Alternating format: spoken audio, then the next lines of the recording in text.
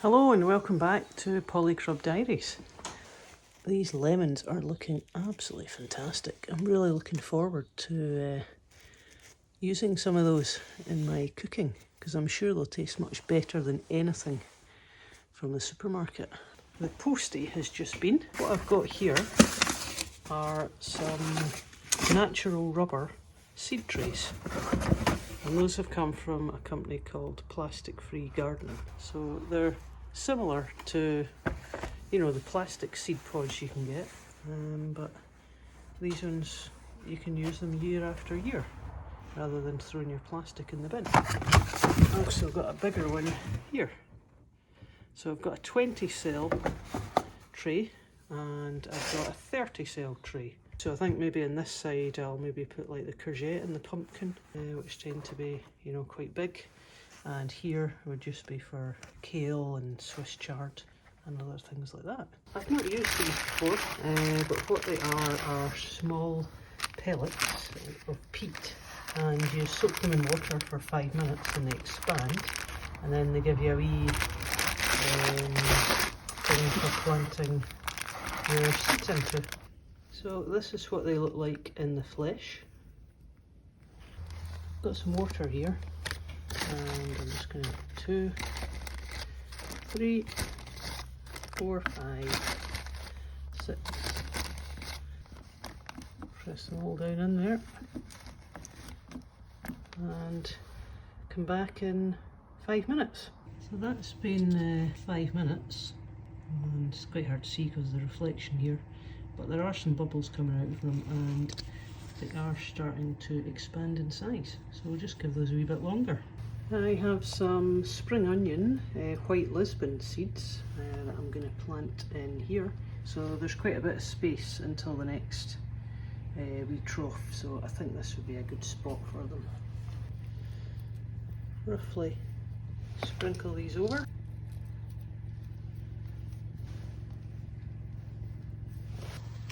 Just add a very light covering of compost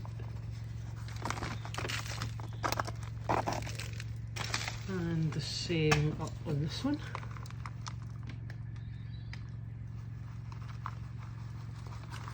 Oh, a bit too much there, just spread that out, get rid of that.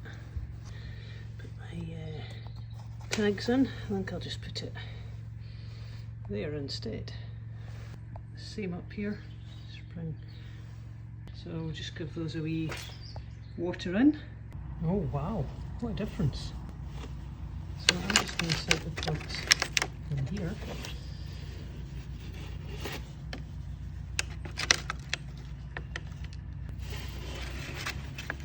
There we go.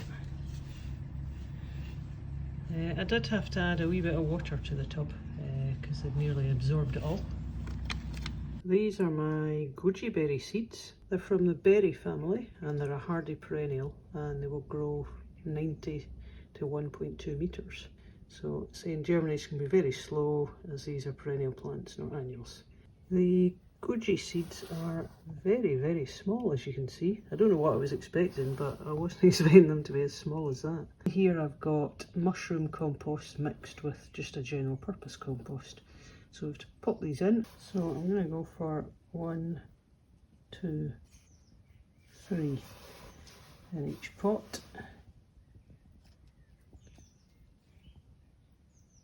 Just in case they don't all germinate. 5 ml of compost. So I'm hoping that it's going to be warm enough in here. Just add in the tags. So I'm just using these lolly sticks and we'll get those watered in. Just got a wee drop of water left in this, so it should be fine. There we go. So that's got a good soak and we'll leave them just sitting in the middle here. I've been busy with my seed trays here. So I've got all the seeds in and I'm just covering the last couple of pods here with a wee bit of compost. So in this one I have We have some dwarf French beans in the first two. Then we have some courgette and 2 lots of perpetual spinach. On this side, I'm still working away at the moment. This is on the smaller rubber seed planter. I have kale, blue scotch, broccoli, purple early, some pak choi, some cauliflower, which I've never grown before. So it's this particular variety, Snowball X, and some kale, borecole scarlet. So at the end, I am going to plant some Swiss chard.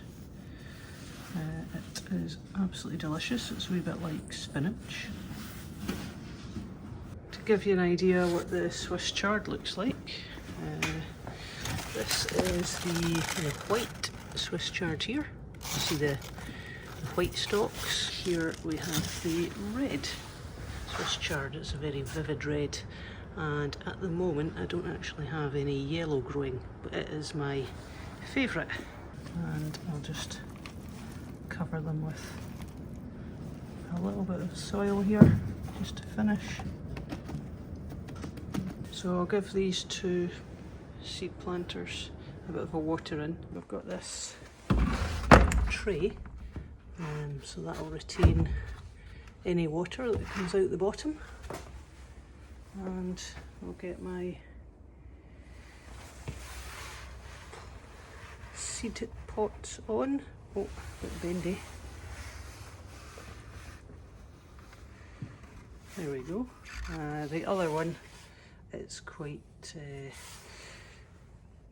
wobbly, not very stiff as you can see, so I'll lift that on with 2 hands, I think. There we go. That is the final result. Pleased with that. Just checked that the potting table still folds, and it does. So there's enough of a space down there, probably about 5mm or something, to allow it to fold. So that's been a great job.